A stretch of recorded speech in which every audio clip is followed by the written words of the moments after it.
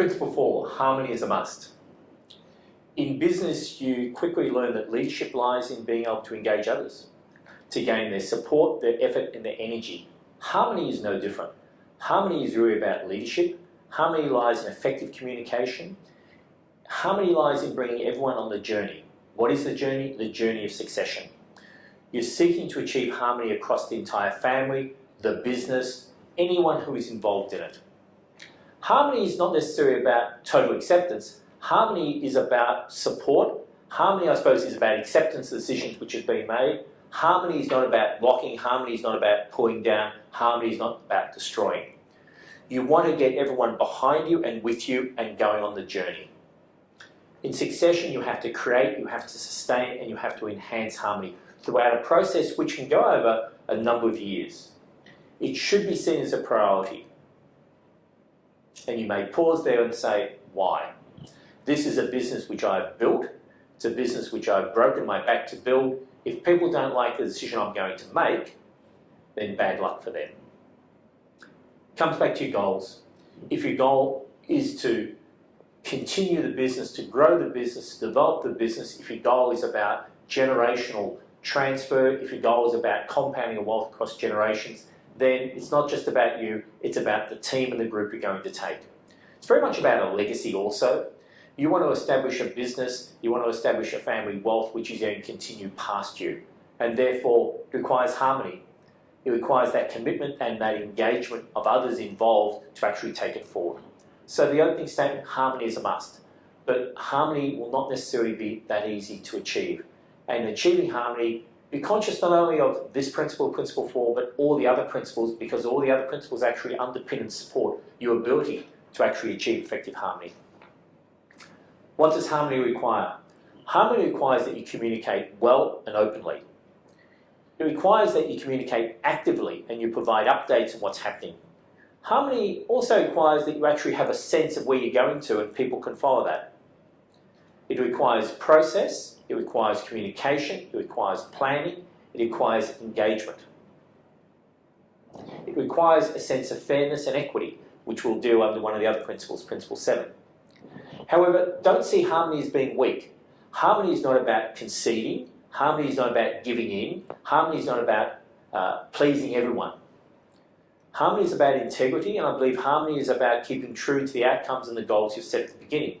So if you've set those goals, if you've set those outcomes, harmony is about communicating those effectively, making sure there's equity and fairness in those, and then making sure everyone understands the decisions which you've made relevant to those goals which you have set. This is where integrity comes in.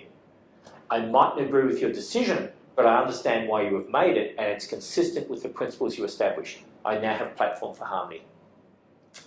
Harmony is important because it's about a compounding of wealth across generations. If there is disputes, if there is ill feeling, if there's a sense of inequity, a sense of injustice, then it may be quiet while you're around, but when you're no longer here, all of this will come to the surface and you'll find the wealth being pulled apart. How many cases of legal actions have you seen in the court where you see family members fighting over the money which has been passed over? No harmony. So harmony requires a focus on the initial goals which you set. It requires a focus, I believe, on business continuity, and it requires a focus on ongoing jobs for employees. These are all key elements of achieving harmony across the family and the business. What are some of the things you should be doing to actually drive harmony? There's a number which I think you can do, and some of them I've already touched on. These are the essentials for achieving harmony. 1, establish and follow a clear and transparent process. If I know what you're going to do, then doubt, concern, uncertainty is removed. I can see the process you're following, and I can see there's a basis for it. Set regular meetings and conduct each meeting with a level of formality. An agenda, minutes, distributions, papers. Make them like a board meeting. I see your process, I now see a degree of formality. Consider engaging an independent succession advisor. Why? Apart from the professional advice which they'll bring, which we'll talk about a bit later, they will bring to the meetings objectivity and independence.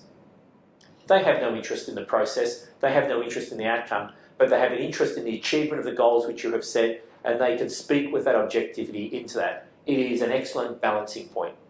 It's really the same point of having an independent chair your board meetings if you've been involved in that sort of governance arrangement. Establish from the outset not only the overarching goals, but the more detailed goals you're going to seek and the reasons why you believe these are important, and seek buy-in to those goals. Communicate openly to everyone involved and set a policy of honesty and frankness. Do not allow discussions to occur outside that meeting room. Do not allow discussions to occur in the corridors. Make sure that everyone in actual fact sits in the meeting and talks quite openly. Discuss what you believe the definition of equity and fairness is. Talk about this openly. We'll discuss it under Principle 7. This is one of the foundations of achieving harmony. I understand what you consider to be fair. I see you applying that. I'm okay with that. Finally, consider a family charter. A family charter can be a tool which lifts all the things which we just talked about to the surface and sets a format and a structure for it. Family charters are not often used. They're a misunderstood tool. They are an effective tool. Consider using them. Harmony is not necessarily easy to achieve, but harmony is not impossible to achieve. Harmony is a critical element in supporting this compounding of wealth, especially across generations. It's critical in supporting the growth of capital value in your businesses. It is one of the elements which you should focus on and is achievable if you consider the steps which we've laid out and follow those. Harmony is a must. Thank you.